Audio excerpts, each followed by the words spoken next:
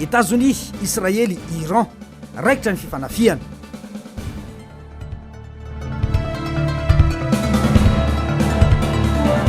Asa fanaovan-gazety mbola ady atrena ny fahazahoana loharanom-baovao.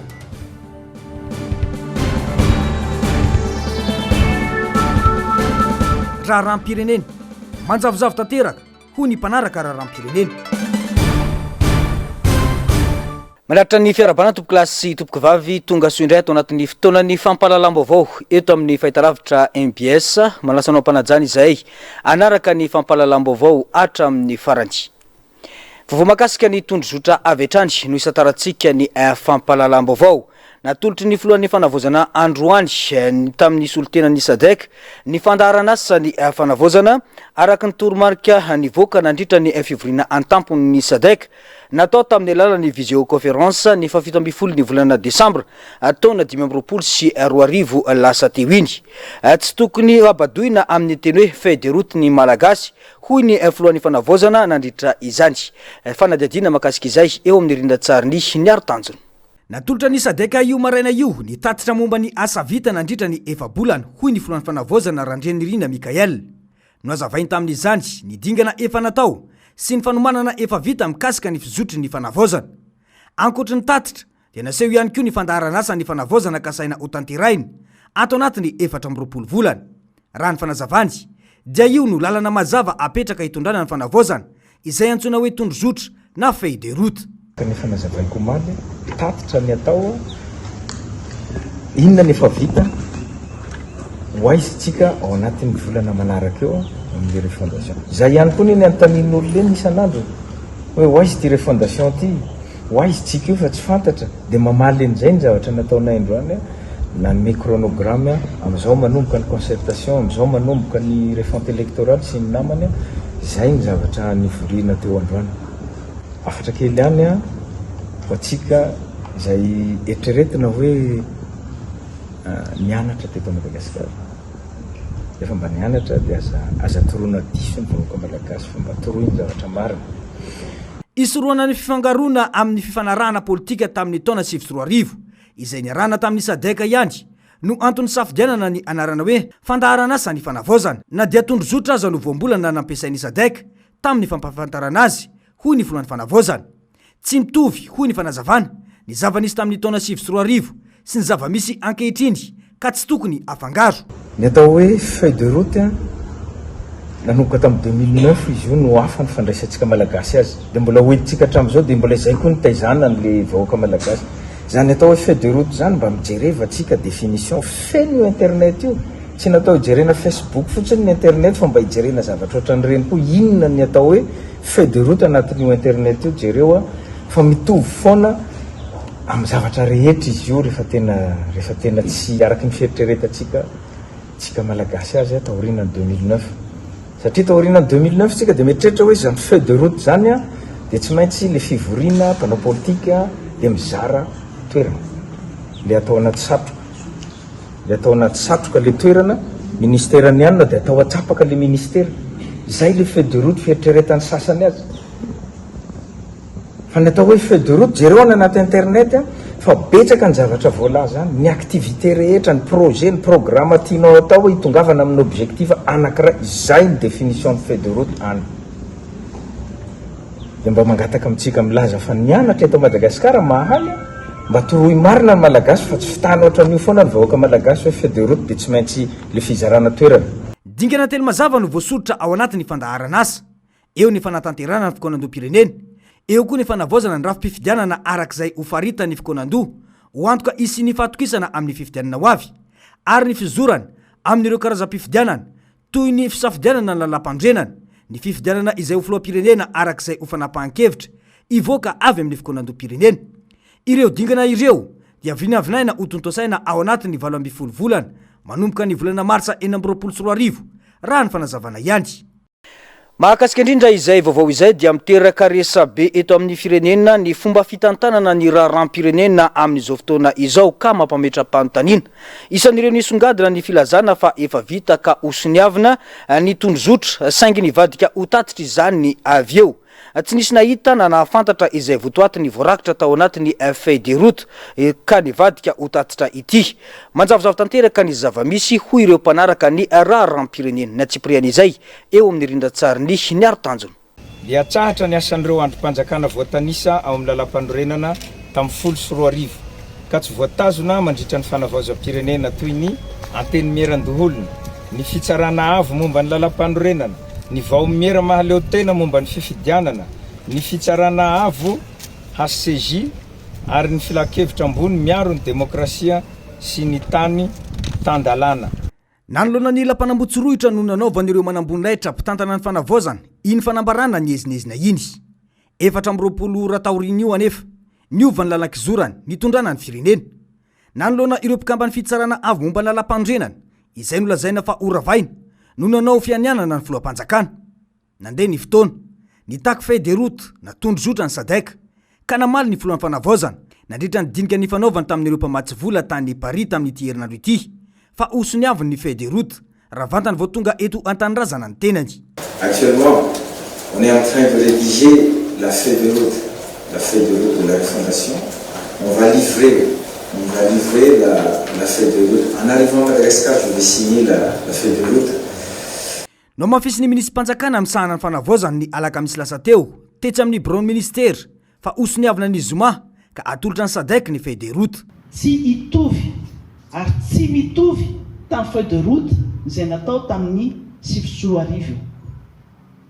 Iny feuille de route pour la sortie de crise politique namahana tondrosana namahana ny olana ara-politika natao tamin'ny 2009. Namity ndray ty tsy ny politika intsony tsy ny politika fotsiny intsony no vahana fa vahana daholo ny olana rehetra na ara-sosialy na ara-ekonomika na ara-panabeazana na inona zavatra maro samihafa fa indrindrandrindra mahakasika amin'ny fiainana vahoaka isanandro isanandro. Omaly nitondra fanazavana ny kolonel Randrianirina fa teny diso ny hoe feuille de route fa tatitra no omena ny SADC tsy tokony nampiasaina akory ny teny hoe feuille de route hoy ny fanazavana. Fanontaniana apetraky ny mpanarabavao ny hoe iza izany no nandiso ilay teny ka nilazana ombenombeny fa feuille de route no omena ny SADC. Manjavozavo tanteraka ny zavamisy eto amin'ny firenena ary ny toy izao mandrakariva no olana ho an'ny mahazo fahefana hoy ny mpanarabavao. Ny zavatra misy tena olana amin'izy dia tsy mazava mihitsy le taridalana atongavana ny tena fanovana. Hany ka izay no mampisavorotaka antsika menakavy satria tsy mazava. Ohatra mieritreritra raha ohatra ka raisiko adika amin'ny vatana fotony hoe raha niresaka tamin'ireny tokony andaotsika ho any Antsiranana ohatra. Ny zavatra misy nefa ny amin'izao fotoana izao tsy fantatra na ho any Antsiranana le fitondram-panjakana na ahoana fa dia miodikodina eo tsika menakavy hany ka misavaritaka daholo na mpanao politika. Raha malala foana fa miresaka politika mandeha foana ny resaka diabolisation ny fanaratsiana zany. Ka rehefa tsy mazava le tandrozotra tiana tongavana dia lasa miororo saina daholo ny rehetrarehetra hoe fomba atao fakana fanjakana ohatran'ny zavatra nisy nandritra ny hatramin'ny fahaleovan-tena isaky ny folo taona dia misy manongana dia maka fanjakana zay foana ny zavatra ary ohatran'izay foana mbola zava-misy amin'izao fotoana izao dia tsy mazava misy zany hoe tsy zay fitondravana mbanjakana tonga ao zany tsy mametraka an'le tena rafitra hoe inona ny tokony atao mba hampanakarena le firenena apeta ny fiainan'le vahoaka fa dia ny azahoana toerana fotsiny mamaky azy. Ny fanarahany rehetra fa ny FFKM no hitarika ny dinika nasionaly ho fanavaozana any Madagasikara ary nomena mandaha amin'ny fanatanterahana izany ny FFKM. Nisy ny lanonana fanombohana izany teny Ivato. Atreto anefa volana vitsy aty aorina mangina tanteraka ireo ray aman-dreny ara-panahy. Ny fanjakana no lasa miandraikitra ny fanatanterahana ny fikonan-doha izay tena tsy hita soritra mazava koa atreto. Manjavonjavo ny raharaha hoy ny fanay ho-kevitra. Marina ny resahan'ny olona sy ny mpanao politika hoe misy tsy fitovizan-kevitra ny FFKM sy ny fitondram-panjakana. Ny PRRM nefa efa nanome mandat amin'ny mpitondra fivavahana zany. Izy efatra amin'ny rahalahy. Zay nataoko hoe mpitondra fivavahana eto zany. Dia naninona miantona le izy. Mahatonga azy miantona ohatran'io dia le fizarana ndraikitra no nahatonga an'io. Zany hoe ny FFKM tena metraka mazava hoe tsy elingelenina olona akoatra ny FFKM zay mandamina an'io. zay ny FFKM satria niteraka zany tao amin'ny mpanao politika hoe tokony hisy raha aman-dreny ara-drazana, tokony hisy silamo, tokony hisy fiangonana zandriny. Zay nge niteraka an'le izy. Fa raha ny fijerevako azy dia ny FFKM irery ihany no manao fandaminana ny concertation ary mananaka amin'izay ny PRRM. Ny eniko farany aloha dia efa misy ny fandaminana zao tsika miresaka zao amin'ny fizarana asa eo anivon'ny FFKM sy ny misy mpanjakana ary ny filohan'ny fanavaozana zany. Mbola tsy tara, ilaina ny tena hevitry ny olom-pirenena eny ifotony isoroana ny fimerimerena ny olana tahaka izao. Tsy tokony adinony fa ny malagasy no mpanapa-kevitra amin'ny itondrany ny firenena fa tsy olombitsy na izay mahazo fahefana. Hoy Père Prosper Ratovomanarivo. Miantso aloha ny FFKM sy ny fiarah-miasana amin'ny fanjakana mba hitondra ny fotony satria le any fotony eny ny tena miandry an'izay le hoe inona ny etaetan'ny olona amin'izay fanovana izay. Dia ataoko ny FFKM afaka mitondra ny fotony miainga avy ny fotony amin'izay concertation izay. Lafiny anankiray faharoa ireo mpanao politika sy ireo mpandinika manampahaizana eto aty amin'ny sehatra ambony izay efa hita hoe nisy karazana concertation be lehibe. Tokony ho tohizana reny zavatra ireny dia tena mipetraka mitady fandaminana aloha amin'ny samisy mba ialantsika amin'le azakazaka ambany farafara teo sy ny fanosehana samihafa. Matetika ny fivadiam-pitenenana tsy voatazona ny teny nomena, misy fanambarana miova, misy lalana lazaina fa efa voafaritra nefa aveo indray no lavina. Ao anatin'izany rehetra izany mijanona anaty zavona ireo olom-pirenena, manjavozavo ny raram-pirenena, manjavonjavo ny fanapahan-kevitra, manjavozavo ny fifandraisana amin'ny SADC, manjavonjavo hatramin'ny andraikitry ny tsirairay. Ny ekipa sy ny firongony fitondrana teo aloha ihany no tsy mankatoha sy tsy manoana izao fitondrana fanavozana izao, hoy ny teo anivo ny vondrona Kafim. Na izany aza tsy fanao ny manao be marenina ka mampivily lalana ny fiainam-pirenena, hoy ny fanazavana.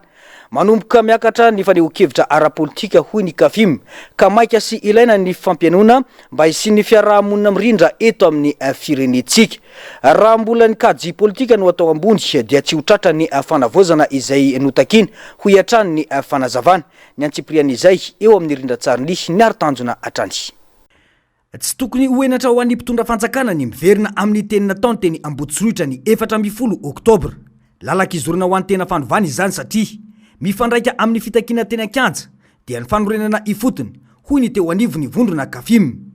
Ny fahitana zavatra tsy mandeha amin'ny lona sy manjavonjavo no mahatonga ireo antoko politika sy ny vahoaka manomboka mampiakapeo sy sa manitsy ny mpitondra amin'izao fotoana izao, hoy ny fanazavana. Tsy tokony adinoiny fa ny tsy fampianona ihany no natonga ny krizy teto, hoy ny fanamafisana. Raha ijery fotsiny zao tsika hoe eo anivo ny anteny miram-pirenena dia mino ve tsika fa reo le député orange izay misy valoporo mahery izay lasa maramara tapaka androany, le maramara resahako satria ny teny militaire fatatsika hoe maramara, dia reo ve zany no antenaitsika fa andeha hiaro an'izay le hoe refondation na fanorenany fotony zay any takitsika izay tsy mino. Izay ao amin'ny lafiny le izy le izy tsy hoe manala député 3-4 dia ivaly olana tsy zay fa nenay zany dia mazava foana hoe raha ohatra tsika ka tena iroso amin'izany fanavozana zany tsy tahotra ny mandravy, averinay foana zay tsy tahotra ny mandrava dia manangana zavatra vaovao. Raha ny tantara no jerena dia isan'ny fositry ny krizy ny fandimy teto ny HCC sy ny CENI. Tsy misy antony ilana ireo ihany koa amin'izao vanim-potoana lalovan'ny firenentsika izao, ka tokony oravana araky ny teny izay efa natao ny filoham-panjakana ny 14 ny volana Oktobra 2024 ireo. Tombontsoa ho an'ny firenena ny firosoana amin'izany, hoy ny fanamafisana. Satria ny krizy teto Madagasikara dia mazana krizy tahoarinana fifidianana foana, satria manino le CENI dia ala solda n'izay mpitondra fanjakana eo, tsy niravana nefa le CENI fa nitefitefena fotsiny hoe nisorona ny président CENI dia veritsika ve hoe zay ny amahany olana, zay zany no mahatonga anay eto anivon'Otrikafo mametraka foana hoe tena rahatehana dio an'izay tsika dia ravao e. Tsy misy afa-tsy ny famalina ny fitakiana teny Ankanja, ny fametrahana ny mangarahara amin'ny lalakizorana ho amin'izany no vahaolana ampirindra ny fiarahamonina eto ho iatrany ny faneho-kevitra. Zany anie fitakiana teny Ankanja dia mifikitra amin'izay fitakiany zay tsika satria ho anay zany mitanjona de hoe ahoana ny tsy hiverimberenan'ny krizy intsony de zay mahatonga anay miaty fo mafy hoe tsy maintsy ravano reo raha ohatra tsika mieritreritra ka hanangana zavatra vaovao sy roso makany amin'ilay refondation. Mbola tsy lavitra ny fifandroritana momba ny zavamisy hatreto ka mbola azo atao tsara ny mifampiresaka sy mifandamina eo amin'ny samy malagasy ho tombotsoan'ny fireneny hoy ny fanazavana. Tokony atsatra ny kajy politika ho an'izay tafiditra andapa fa ny tena mahasoan'ny vahoaka sy ny firenena no mahasoana satria tolom-bahoaka no nampijoro izao fitondrana izao ho hiatrany ny fanamafisana. Eo amin'izay vaovao makasika ny raharam-pirenena izay hiatrany nisokatra tamin'ny fomba ofisialy omaly ny fifanaovantsony ny fifanarahana politika ho an'ny siap ary mitohy hatrany androany teny faravohitra izany. Fanaovana sony izay setry ny fikoanando politika no tanteraina teny Akorondrano ny tapaky ny volana Desambra lasa teo izay nahitana antoko politika sy fikambanana manodidina ny 50 nandray anjara tamin'izany hoy ny mpitarika ny sehatra ifanankalozan-kevitra ho an'ny antoko politika. Alitotra ireo tompon'andraikitra eto amin'ny firenena sy ny mpiara-miombonantoka any ivelany ny hevitra rehetra izay tapaka nandritra izany raha ny fanazavana atrany. Tady baovao ny Ando Miaratina, sary sy niratsariny Mathieu Prince. Ahitana ndininy 20 ireo fekevitra voarakitra nandritra ny fikonan-dohany antoko politika natao teny Akorondrano ny 12 hatramin'ny 15 Desambra lasa teo raha nitatitry ny siap na ny sehatra ifanakalozan-kevitry ny antoko politika. Noraisina avokoa araka izany ireo hevitra avy amin'ny mpandray anjara rehetra toy ny antoko politika sy fikambanana manodidina ny 20 tamin'izany. Raisina avokoa ny hevitry ny maro dia natambatra dia lasa 20 andininy zany ny ao anatiny ao dia misehatra ny rehetrarehetra ahafahantsika miatrika ny politika eto Madagasikara manomboka izao. Ny izy moa zany dia hoentina ny amin'ny tompon'andraikitra isan'ny fikonana ahafahany manaiky azy ary hoentina koa any amin'ny ireo namana amin'ny communauté internationale mba ho hitany satria ny hevitry ny maro no mahatakadavitra efa niraisina avokoa ny fekevitra tamin'ny fikonan-dohan'ny mpanao politika ary niraisina avokoa ny hevitra fanatsarana izay tokony natao vita zany nisokatra ny fanaovantsiny dia mbola hitohy arak'izay mahamety ny sasany satria nisokatra nanomboka omaly ary nitohy androany ny fanaovantsony ho an'ireo mpandray anjara sy ireo nanaiky ny feikevitra tapaka nandritry ny fikonan-dohany antoko politika ny Desambra lasa teo iny ary nitohy androany. Atolotra an'ireo tompon'andraikitra eto amin'ny firenena sy ireo mpiara-miombonantoka avy any ivelany hevitra rehetra tapaka. Tanjona hoy ny fanamafisana ny fampandraisana anjarany rehetra amin'ny fikonan-doham-pirenena sy ny firosoana amin'ny Repoblika Vadimy. Efa bolana teo amin'ny fitantanana ny raharam-panjakana ireo mpikambana eo anivon'ny gouvernemanta Rajonarvelo amin'izao fotoana izao raha ny fampafantarana nataon'ny filohan'ny fanavaozana nandritra ny fanolorana ireo mpikambany gouvernemanta ireo dia nomena 2 volana izy ireo ka izay tsy mahavita dia esorina avy atrany. Isan'ireo fantanina napetraky ny mpanao gazety tamin'ny filoham-panjakana omaly ny momba izany rindratsariny niaro tanjona atrany. Nomena 2 volana ireo mpikambana eo anivon'ny gouvernemanta Rajonarvelo ary iray volana ho an'ny Prime Ministre Eritsalama Rajonarvelo. Tapitra io fepitaona io dia irosona ny tombana ho an'ny asa vita ka rehefa tsy mahavita dia esorina sy atsahatra amin'ny andraiky ny avy atrany hoy ny filohan'ny fanavaozana nandritra ny fanendrena ireo mpikambany gouvernemanta. 4 volana izao no lasa tsy mbola nirosona izay fanombanana ireo ministra sy ny gouvernemanta. Nilaza moa ny filohan'ny fanavaozana omaly fa efa mandeha io tombana ho an'ireo mpikambana ao anatin'ny gouvernemanta io. Évaluation gouvernemanta efa mandeha io dia zay fotsiny efa mandeha io dia ho hitanareo tsy ho ela ny andrasana arak'izany ny toyny. Vaovao mikasika ny asa fanaovan-gazety kosa indray tsy mbola mahafapo ny fahazahoan'ny mpanao gazety loharanom-baovao eny anivon'ireo sampandraraha-panjakana samihafa eto amintsika amin'izao fotoana izao. Lasa sakana goavana tsy ahafahan'ny olom-pirenena rehetra mahazo vaovao marim-potitra sy amin'ny fotoana ilana azy izany hoy ny filohan'ny FMGK Rima na ny fikambanan'ny mpanao gazety kristianina eto Madagasikara. efa misy ny ezaka atao saingy mitoy kosa ny adisisika ahafahan'ny mpanao gazety miasa ankalalana azahoana loharam-baovao sy antotam-baovao samihafa. Ny antsiprian'izay hoentiny Ando Miaratina eo amin'ny Sarsindratsarini Mathieu Prince. Mararaka nefa mbola olana tian'ny mpanao gazety hatramin'izao ny tsy fisokafana sy ny fahazonana loharanom-baovao ara-potoana eny anivon'ireo sampandraram-panjakana sy departemanta ministerialy samihafa amin'izao fotoana izao. Na dia efa nisy aza ny fampanantenana nomena ny mpanao gazety ny anokafana ny loharanom-baovao eny anivon'ny ministera. Mipetraka olan'izany hatramin'izay ary tsy mbola voava ankehitriny. Na izany aza nefa misy ny ezaka saingy tsy mahafapo ho ny filohan'ny fikambanana ny mpanao gazety kristianina eto Madagasikara. Tsy azo lavina kosa fa misy ireo efa misokatra ho an'ny mpanao gazety saingy misy kosa ireo mbola marisarisa tsy azo mbaovao. Fangataham-mpanao gazety matetika mihitsy na fitondrana iza teo foana zany le sokafy malalaka re ministera samihafa eto amin'ny firenena. Hita tokoa efa misy tena mba misokatra akasitrahana manokana izy ireny, dia misy tena mbola marisarisa aleo tsy manonona fa ho an'ny mpiserasera amin'ny tontolon'ny asa fanaovana gazety dia mahafantatra izay avokoa. Tombony lehibe ho an'ny vahoaka malagasy ny fisokafany antotam-baovao samihafa ho anivy ministera rehetrarehetra ireny zany, dia fahitana azy manokana aloha hatreto tsy mbola afapo amin'izay fisokafany loharanom-baovao ny anivon'ny biro-mpanjakana sy ministera eny raha amin'ny ankapobeny. Manana zo hikaroka loharanom-baovao rehetra rehefa manao fanadihadiana malalaka momba ny zavamisy iankina ny fiainam-bahoaka ny mpanao gazety. Ny tsy fisitrahana izany dia miendrika fanohitohinana ny zon'ny olo-pirenena azo vaovao marina sy voalanjalanja ary hitraika mivantana amin'ny fiarahamonina. Traika mivantana any amin'ny olo-pirenena dia tsy fahazona misitraka loharanom-baovao araka ny tokony ho izy izay tena maro-pototra tokoa, satria tsy maintsy hitady fomba hafa rehefa tsy mahazo amin'ilay toerana tadavina ny mpanao gazety dia amin'izay toerana sy fomba hafa izay mety tsy ho araka ny eritreretin'ny hafa no hivoaka any dia mety ampison'ny olana eo anivon'ny fiarahamonina zany anefa na fotoana manao ahoana tena ilainy mihitsy ny fisitrahana zava-baovao zany ara-potoana aloha.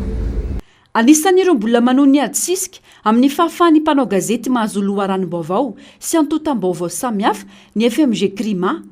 Porofo izany fa mbola misy ny lesoka mila vahana. Mpanao gazety kristianina manokana dia nisan'ny manao adisisika ao anatin'izany. Raha amin'ny ONG Iltsera ilay fahazonan'ireo antotam-baovao isan-karazany na any biro-mpanjakana na any fokotany naiza mbola tsy tafandalo eny amin'ny antenimera ankehitriny mbola tsy tapaka-teny fa mitoy foana ny adisisika. Ny dikan'izay zany matoa mitoy ny adisisika mbola tsy tanteraka zany izay, dia ary na amin'ny mampikambana amin'ny tena ny CTOZM ankehitriny koa dia toraka izay ihany koa dia mbola anatin'ny adisisika tsara aleo hisokatra tsy hanao amin'ny tsikitsiky no mpitantana antsika izay dia miola loharanom-baovao ilaina ara-potoana ihany koa mpanao gazety. Saotra tompoko.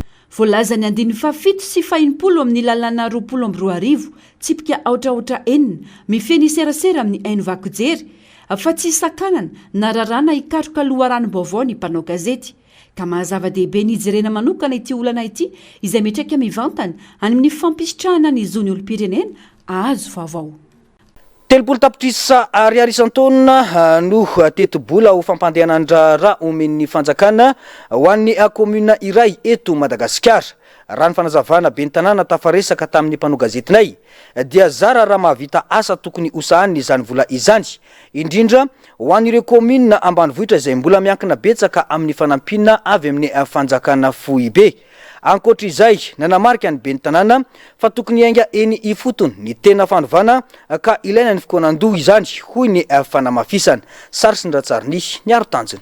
Araka ny lalana mifeny fitsinjaram-pahefana eto amintsika ratsa mangaika akaiky vahoaka indrindra ny komuna ohatra no miandraikitra mivantana ny raharaham-bahoaka andavanandro toy ny fanadiovana sy fahadiovan'ny tanàna, ny fitantanana ny tsena sy ireo fotodrafitrasa iombonany, ny fikojakojana ireo lalana madinika, ny fanoratana ara-panjakana toy ny kopy ny sora-piakohonana sy ny fanambadiana ary ny fandrindrana ny fandriam-pahalemana eny ifotony miaraka amin'ireo tompony andraikitra isan-tsokajina.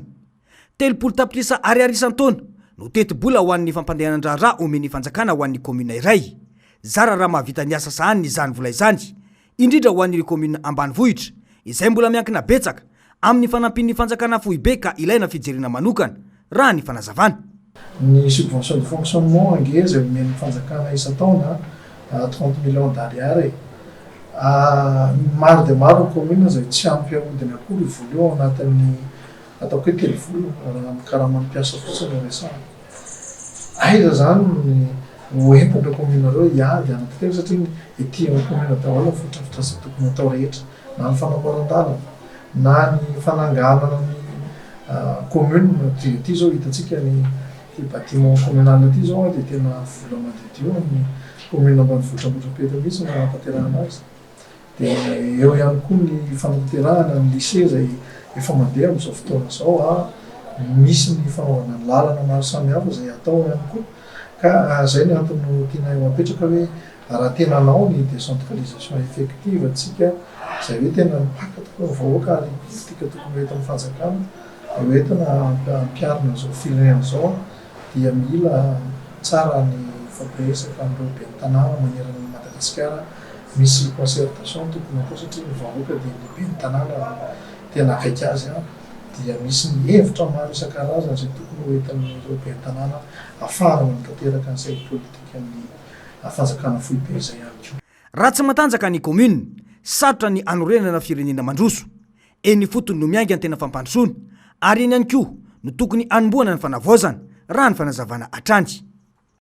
Fa mitady ny fomba rehetra ivoany marina ary miara-miasa amin'ireo fikambanana albinos eto Madagasikara amin'izao fotoana izao manoloana ireo atrangana tsy fandriam-pahalemana miatra amin'ireo olona manana totena varira.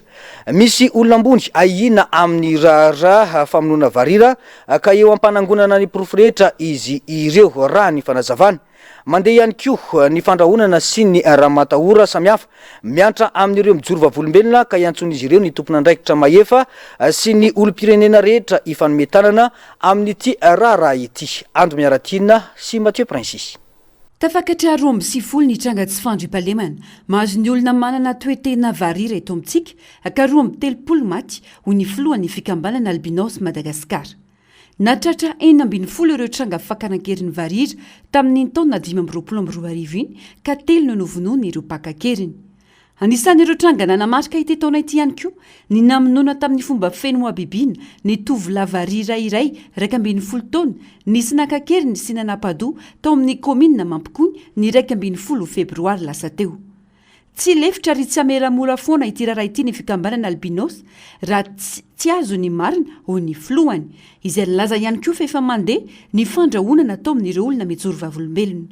Miroso izahay ary tsy amelantsika raha tsy azo sy tafavoaka ny marina mahakasika an'io tranga io satria raha tsika malala fa dia efa mananika ny 90 ny trangana tsy fandriam-pahalemana mahazo ny olona manana toetena varira efa tafiakatra ny 30 ny maty ary ny olana dia ny loha tsy hita daholo mitovy daholo ny tranga dia tsara mampafantatra fa ilay olona témoin sy ny ben'ny tanàna ny Mampikony dia hiarana menasy amin'izao tsika amin'ny teny izao mampafantatra ny mpitandro ny filaminana mba hijery ny momba ny olon'ireo satria vokatsy ilay famohana ny marina dia hiainana antso-jay hiainana menasy ireo olona ireo ary ny amarananay azy dia eto zay dia miantso ny vahoaka ray manontolo satria izy ity ady ngeza izy ity ady rana amina tambazotra ngeza dia manentana tsika mpiarabelona rehetra mba hiara isalahy anao tolo-tanana mba iezantsika hitadiavana ny marina azahoantsika ny tena famarinana afatarana ny tena marina mahakasika ny rahatrangana tsy fandriam-pahalemana iainan'ny olona manana toetena varira. Voalaza fa misy olom-boafidy aiahina amin'ity raharaha ity efa eo ampanangonana ny porofo rehetra afantarana ny tena marina izy ireo raha ny fanazavana. Dingana satana tohatra raha miasa amin'ireo fikambanana pahelalana sy mpiarona izony olombelona. Ka eto zay dia mampafantatra fa izahay eto ny fikambanana sy ampiny reto mpisolovavy reto dia efa miroso lalindalina kokoa ao anatin'izay atao hoe firosoana fitadiavana marina zay satria dia misy ny procédure zay natao avy aty fohy be mba hanakarana an'ireo olona zay tratra ireo zany hoe ny mba irosotsika lalindalina kokoa amin'ny ankety aty amin'ny fohy be mba azahotsika ny tena zava-misy marina satria araky ny efa nyfantarina dia hoe misy olona ambony maromaro mihitsy izay voaroiroy ao anatin'izy io misy amin'izany reo olombo fitika mba irosotsika ananatsika tena firofo mazava mba tsy sininy atao hoe fifanenjikenjena koa atao amin'ny firenena fa hitadiavantsika ny tena zava-misy marina dia aloha ny enquête no mitondra azy fa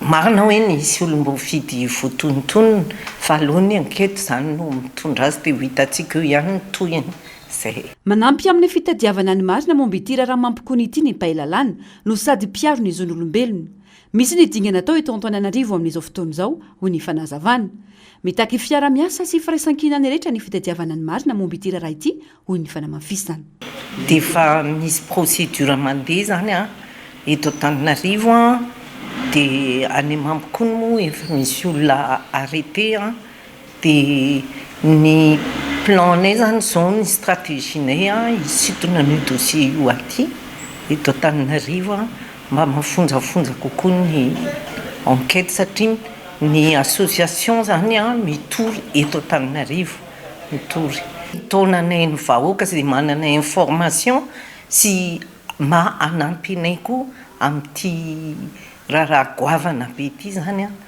hitadiavana ny marina mety ho zanakao koa ndray andro any mety ho voany io mihitatra dia mety ho voany dia izay no mahatonga hoe mitsangana itsika vahoaka anampy anay zany hitady an'io marina io anampy an'ireto afa-tsika variry reto anampy anay hitadiavana ny marina araka izany mitaky ny tondrana fanazavana sy tadiavana ny tomponantoka amin'ity tranga ity ny fikambanana albinos Madagasikara izy ireo izay nanamafy fa anara-maso akaiky ny fivoarany fanadiadiana ary tsy angina raha tsy mivoaka ny marina fa mametraka ola ara-pahamena ny fangararana amin'ny asa tanteraina ny mpandrefitany fa indrindra manamora ny fahafahany malagasy misitraka ny asa takina amin'ny fiarovana azy ireo amin'ny tany mitaky famarina toerana arak'izany ny asa izay tafiditra anatin'ny politika ny fitondrana fanavozana ankehitriny tsy maharaka nefa ny asan'ny mpandrefitany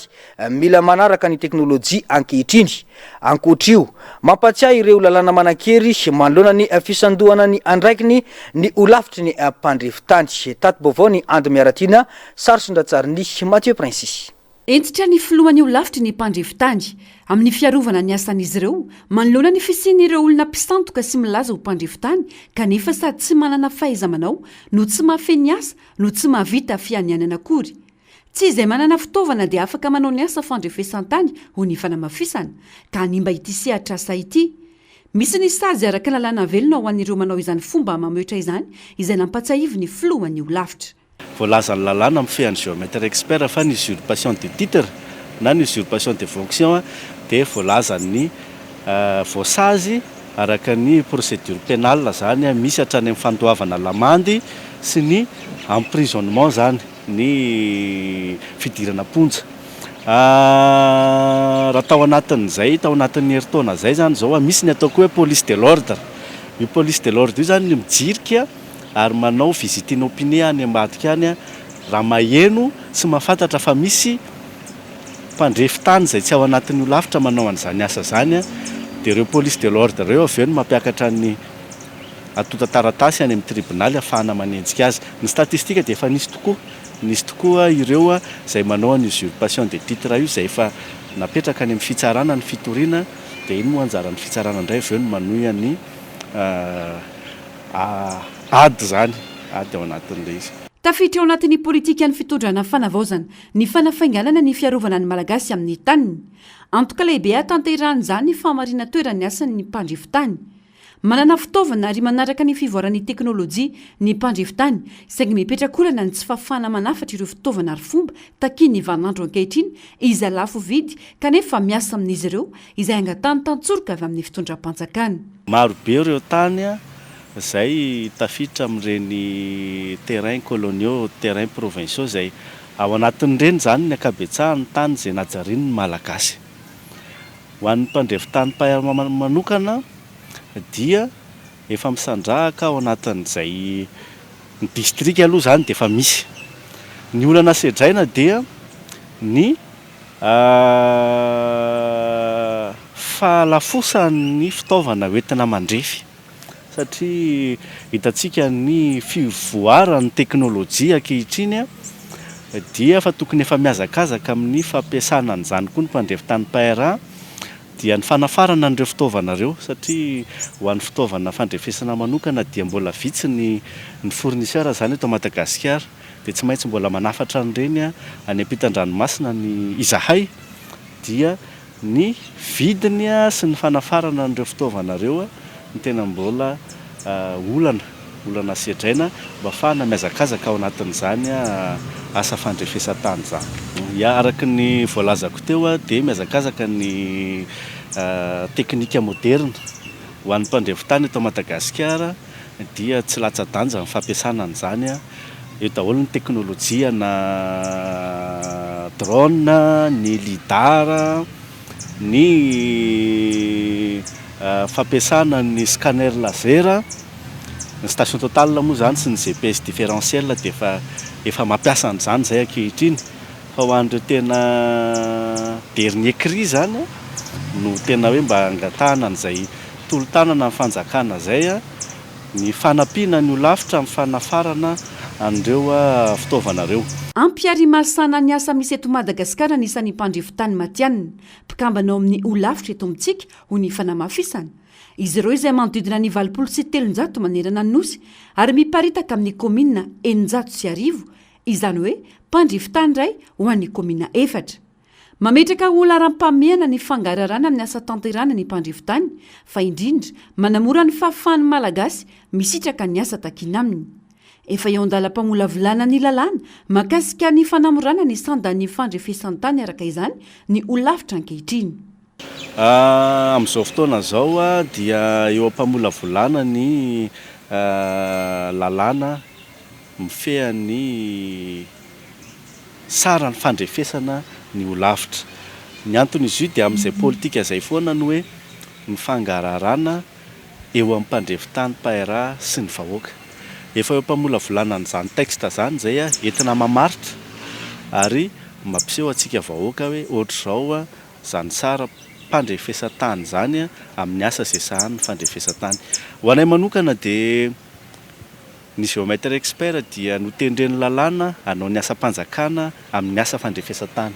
Dikan'izay miasa ho an'ny vahoaka ny mpandrefy tany paira ny sarany izay hivoaka eo dia sarany izay eritreretina fa sahazan'ilay asa ary indrindra koa ho takatry ny vahoaka mba samy ahazo an'izay sécurisation amin'ny tanitsika rehetrarehetra zay tsy. Ankoatra ireo mpandrefy tany 700 ny ampifanjato indray izy ireo tao aorian'ny famoahana ireo andiany vaovao izay navita fianianana teny amin'ny lapany fitsarana. Nanomboka androany ny fanafiana israeliana sy ny amerikana any Iran araky ny toromarika nomeny ny flo amerikana. Firenena maro amin'ny elo-dranony no voakasika izao fanafiana izao. Ao ireo manoana, ao kosa nefa ireo manohitra izany. Na i Frantsa na i Chine dia samy laza fa tokony atsahatra avy hatrany ny fanafiana any Iran kanefa afaka hiarindoha ao anatin'ny fahalalana ny vahoaka iraniana hoy Emmanuel Macron ao aoriana izao. Atreto raha ny vaovao ihany dia manodidina ny 50 no namoiny ainy ka sivily toy ny ankizy tamina sekoly iray iraniana izay voatifitry ny israeliana. Tarehy marika izay sarotra ny anamarina anazy. Tato vaovao makasika izany. Lion rugissant ho an'ny tafika israeliana, fury ekipa kosa ho an'ny amerikana. Ireo no iantsona ny fanafiana Israely amerikana any Iran manomboka androany. Nampanantena ny amotika ny misily sy ny tafika andranomasina iraniana ny Donald Trump. Anjato n'ireo toby miaramila iraniana kendreny ny fanafiana Israely amerikana. Isan'ireo kendrena voalohany ny guide suprême Ali Khamenei sy ny filoha Pezeshkian. Tsy niandrela moa fanamalibotana avy hatrany ny fanafiana tamin'ny alalan'ny fandefasana misily ny iraniana. Tonga sy re hatrany Koweït, Qatar, Arabie Saoudite izay misy ireo toby miaramila amerikana ny daroka misily. Ny toby miaramila ngeza indrindra eto amin'ity faritry ny ela-drano ity dia aty aminay no mipetraka. Toby miaramila mibekitana zany. Dia za mbola mipopoka zany le le balafomanga mamalibotana tsina zany zareo le avariana ry mamalibotana zany reo a nitifitra balafomanga koa an'le firenena le aty am'le toby maramilany zareo be kitana aty aminay tsy ny zahay civily akory no ohatrany hoe tifiriny zareo fa any am'le toby maramila zany fa somary manaitra any le satria eto amboninay eto mandalo misiditsidiny eo efa tsy haiko how many since morning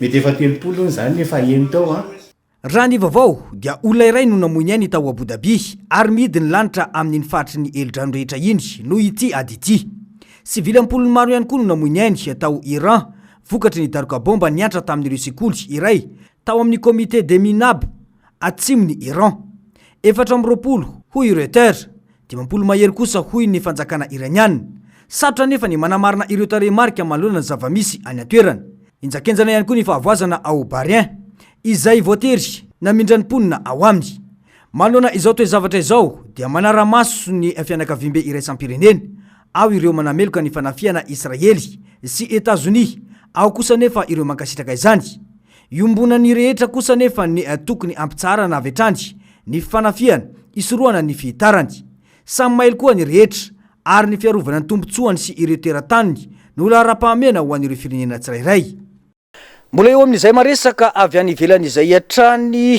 mitombo ny aiaha sy ny fitarainana ireo mpiasa ny fahasalamana any Iran mpitsabo maromaro no milaza fa misy mpitandro filaminana manao fanamina sivily manakana azy ireo tsy hanome fitsaboana ireo mpanao fihetsiketsehana naratra mafy nandritra ny fihetsiketsehany tato-baovao mahakasika izany araka ny fijoroana vavolombelona farany navoaka ny matianina iray eo amin'ny seritry ny fahasalamana monina ao andrenivohitra iranianina lehilahy iray manodidina ny 70 taona no nentina aingana tany amin'ny sampana vonjitaitra rehefa voatifitra teo amin'ny lohany nandritra ny fihetsiketsehana rehefa niezaka namonjy azy ireo mpiasan'ny fahasalamana dia voalaza fa nisy mpitandro filaminana amin'ny tapiedinana nakana tampasy ary nandrara tanteraka ny fifandraisana tamin'ilay naratra minitra vitsy taty aoriana dia voalaza fa nodimandry ilay lehilahy ary avy hatrany dia napetraka ireo mpitandro filaminana tao anaty kitapo mainty fitondrana faty ny vatana mangatsiaka an'ilay lehilahy ary nentina niaraka tamin'ny razana hafa tao ambadiky ny fiara iray talohany nandosiran'izy ireo tsy voasamba no nisy tranga toy izao raha ny fanazavana ankoatra izay nitrankeriny tao amin'ny hopitaly tany amin'ireo tanàna maro hafa ireo mpitandro filaminana ka nanakana ny fitsaboana ireo marary tena marefo nampitahorina izy ireo koa ireo mpiasan'ny fahasalamana ary nosamboriny ireo mpanao fihetsiketsehana araka ny vaovao ihany mpiasan'ny fahasalamana ampolony no nosamborina noho izy ireo nanatanteraka ny asany sy ny adidy mahampitsabo azy ireo tapitra ny fampalalamba voantsika tompo kilasy tompoky vavy mankasitraka anao nanaraka izany hatramin'ny farany isorana trany ny namana mpano gazety sy ireo teknisianina niaraka ny farimbona nanatontosa izao fampalalamba vao izao ny tena kosa mametraka ny soavatsara tompo kilasy tompoky vavy